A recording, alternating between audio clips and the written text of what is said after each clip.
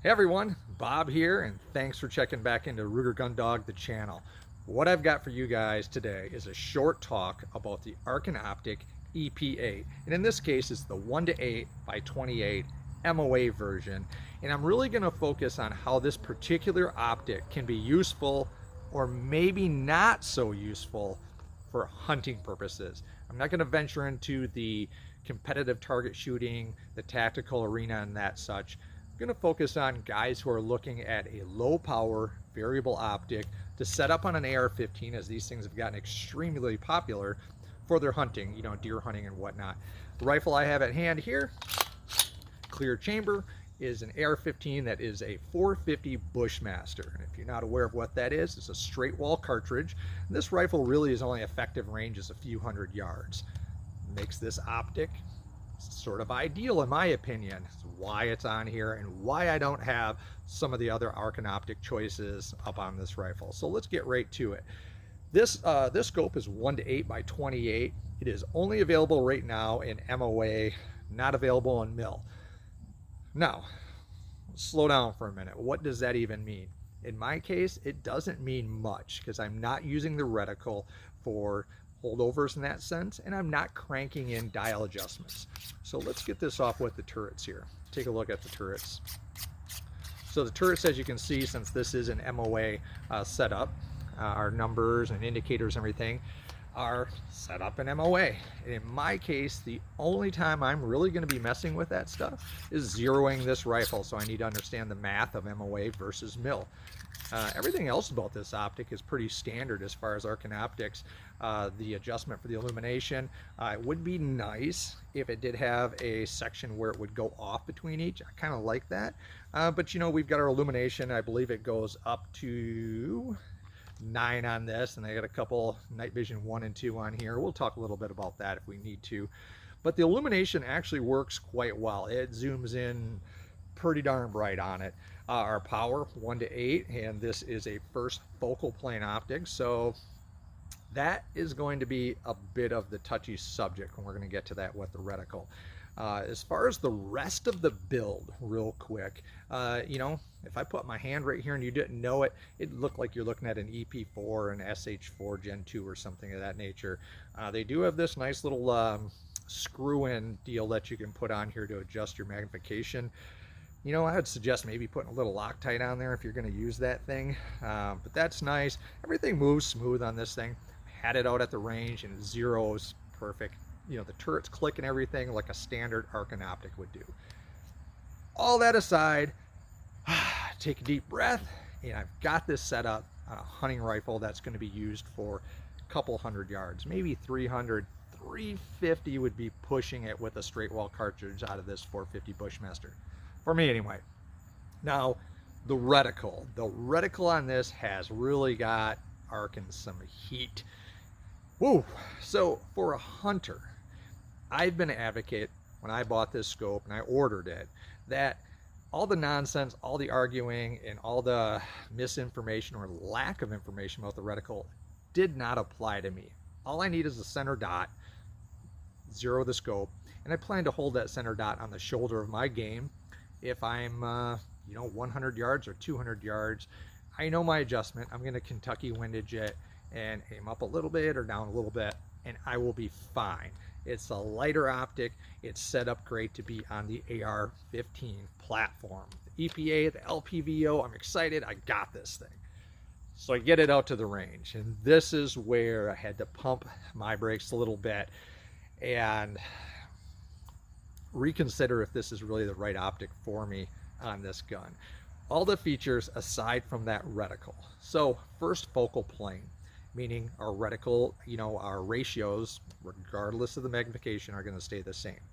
What Arken has done with this, as you can see here, if I zoom this out and I put this on the lowest power setting, what you notice is the center dot is really not a dot. There's a kind of a horseshoe type shape there with a little dot.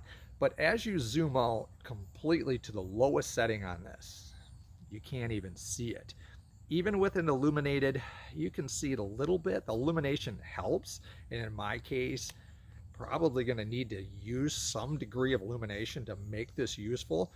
But as you zoom the optic in, and again, this one I got to look at it because I can't remember, haven't had it that long, but this is an 8 power EP8, I should remember that. But as I crank this thing up to the 8 power, you start to see the actual tactical type reticle that Arken has put onto this, and it becomes less useful to a degree for the hunter.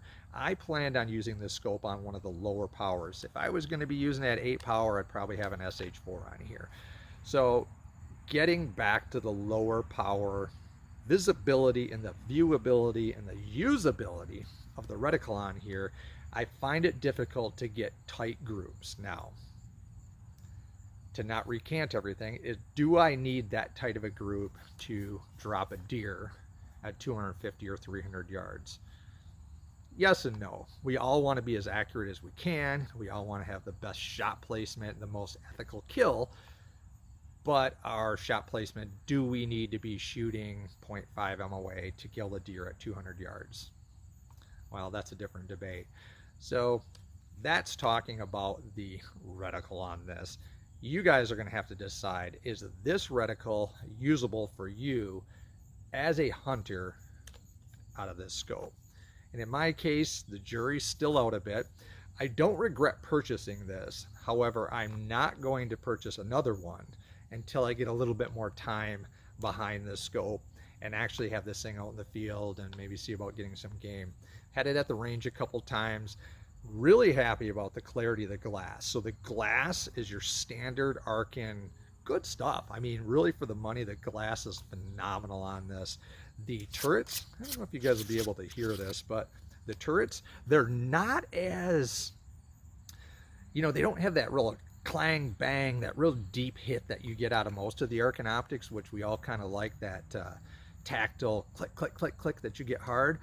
These are a little bit softer. You can hear a little bit there. These are a little bit softer, but still plenty that you know the detents and things are engaging positively and firmly, that you're not going to have problems.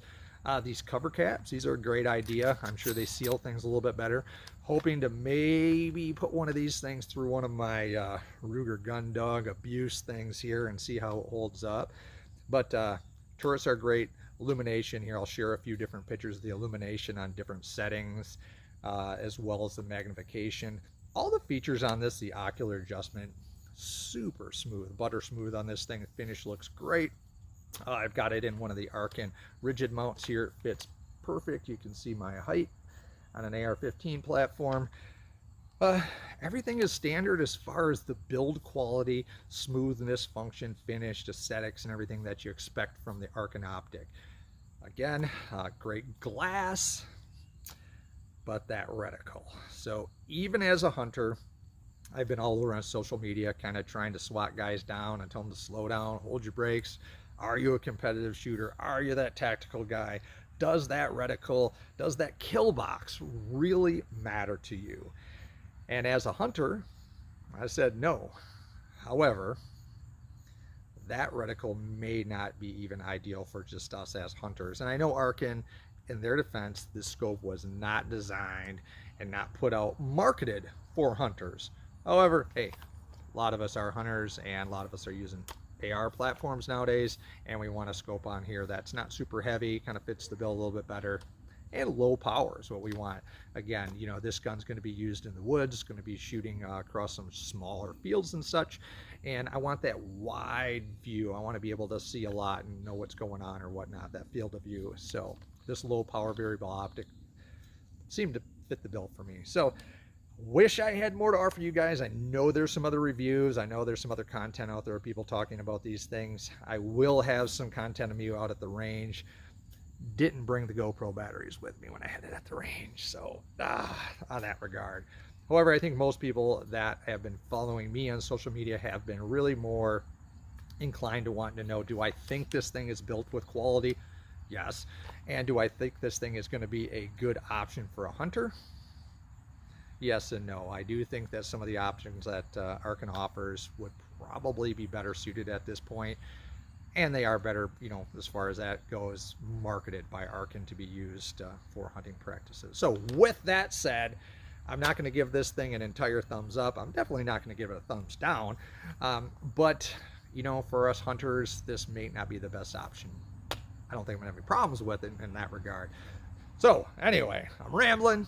Thanks for checking back into Ruger Gun Dog. I will get some content of this thing at the range and out in the field hunting. Give me some feedback. Let me know if you guys have got one of these, if you've ordered one, if it's something that you're hesitant to order one, or you're still waiting on yours.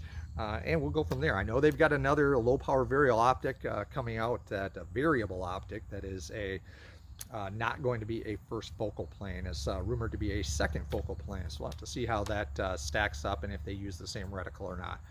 Thanks for checking back in. Keep shooting.